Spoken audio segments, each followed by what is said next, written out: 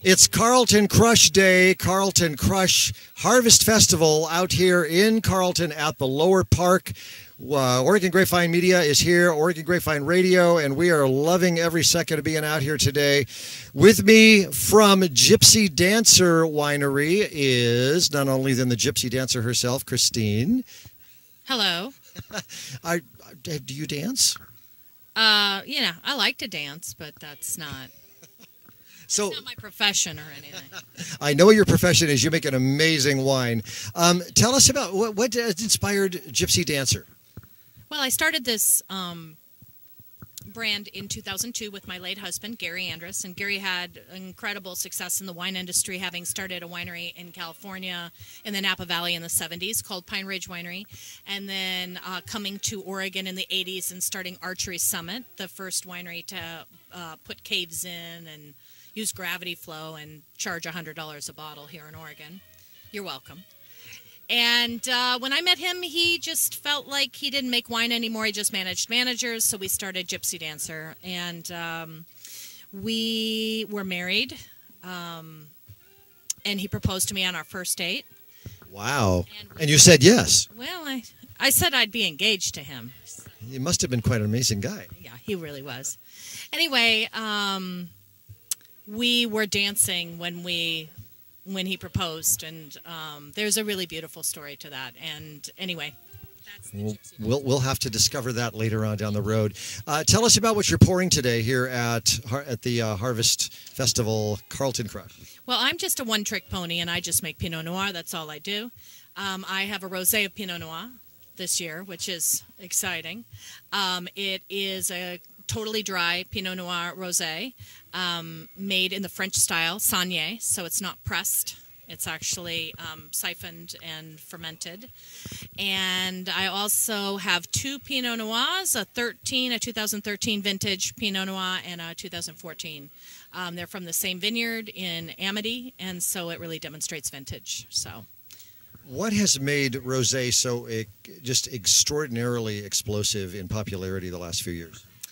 Well, I think people are looking for a wine that they can drink that's not as complex, something that is a little bit easier to digest and to deal with. They don't have to have food with it if they don't want to have food with it. It's pretty simple, really. And in terms of a winery making rosé, why not?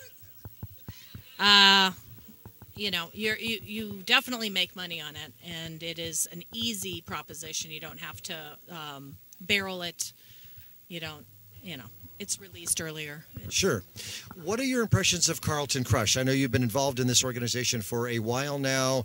As you look around and you see the popularity growing each year and the fun that everybody's having, what would you tell folks about this event?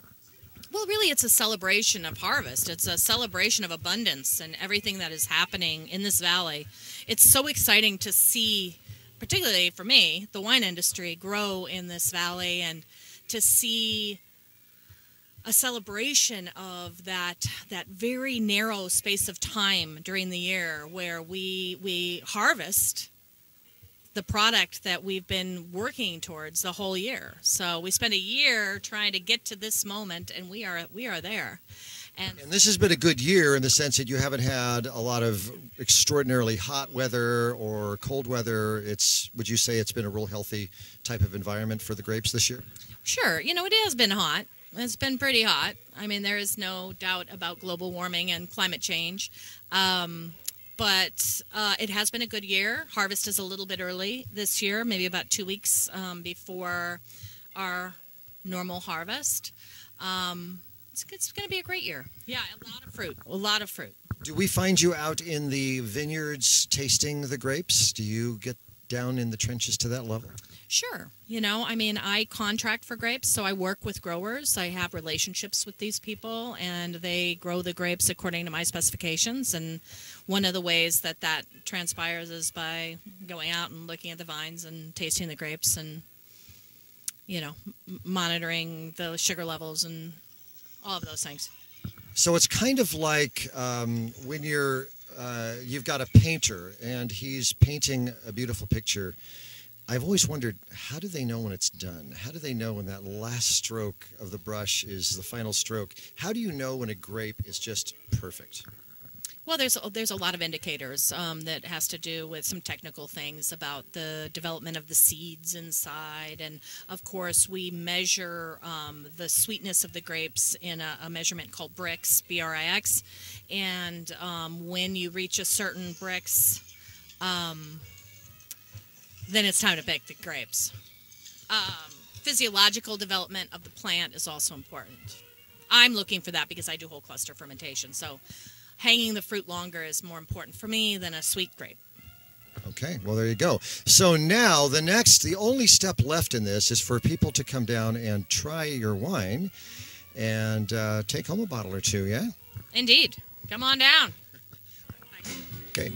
Oregon Grapevine Radio.